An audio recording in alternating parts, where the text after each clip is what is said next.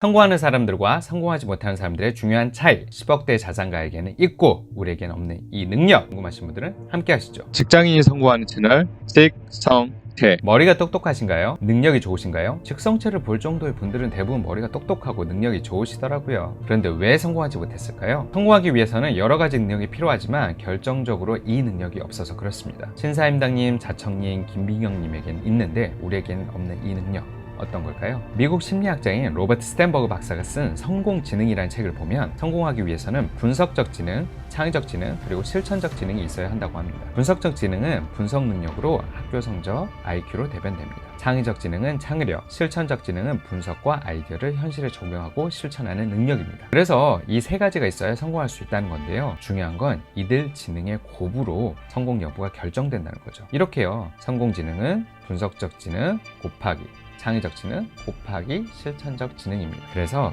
아무리 IQ가 높거나 학교 성적이 좋더라도 분석적 지능이 높더라도 성공으로 바로 직결될 수 없는 이유죠. 창의력이 뛰어나다고 바로 성공할 수 없는 이유도 이렇습니다. 여기에 실천적 지능인 실행력이 바탕이 되어야 비로소 성공에 가까워질 수 있다고 합니다. 예컨대 분석적 지능과 창의적 지능이 각각 보통 사람의 3배에 달하더라도 실천적 지능이 0.01에 불과하다면 결과물은 1은 고사하고 0.09를 얻게 될 뿐입니다.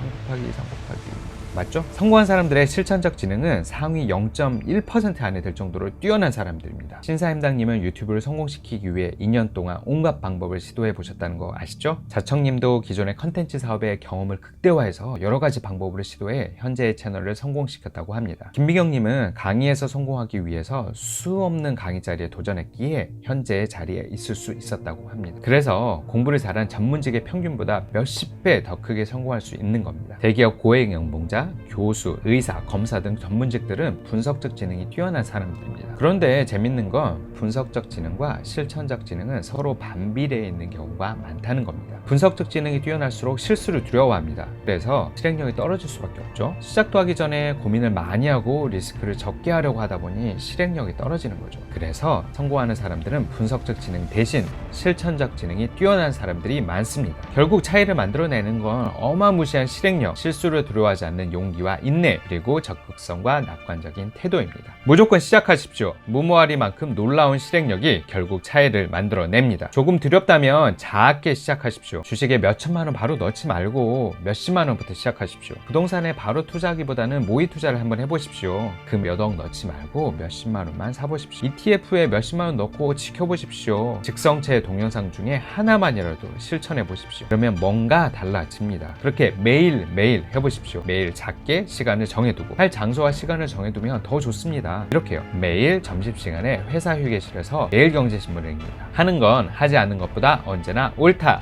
오늘부터 시작해봅시다. 직장인이 성공하는 채널 직성체, 성공하기를 바라는 모든 직장인분들 구독과 좋아요 부탁드립니다. 오늘도 성공합시다.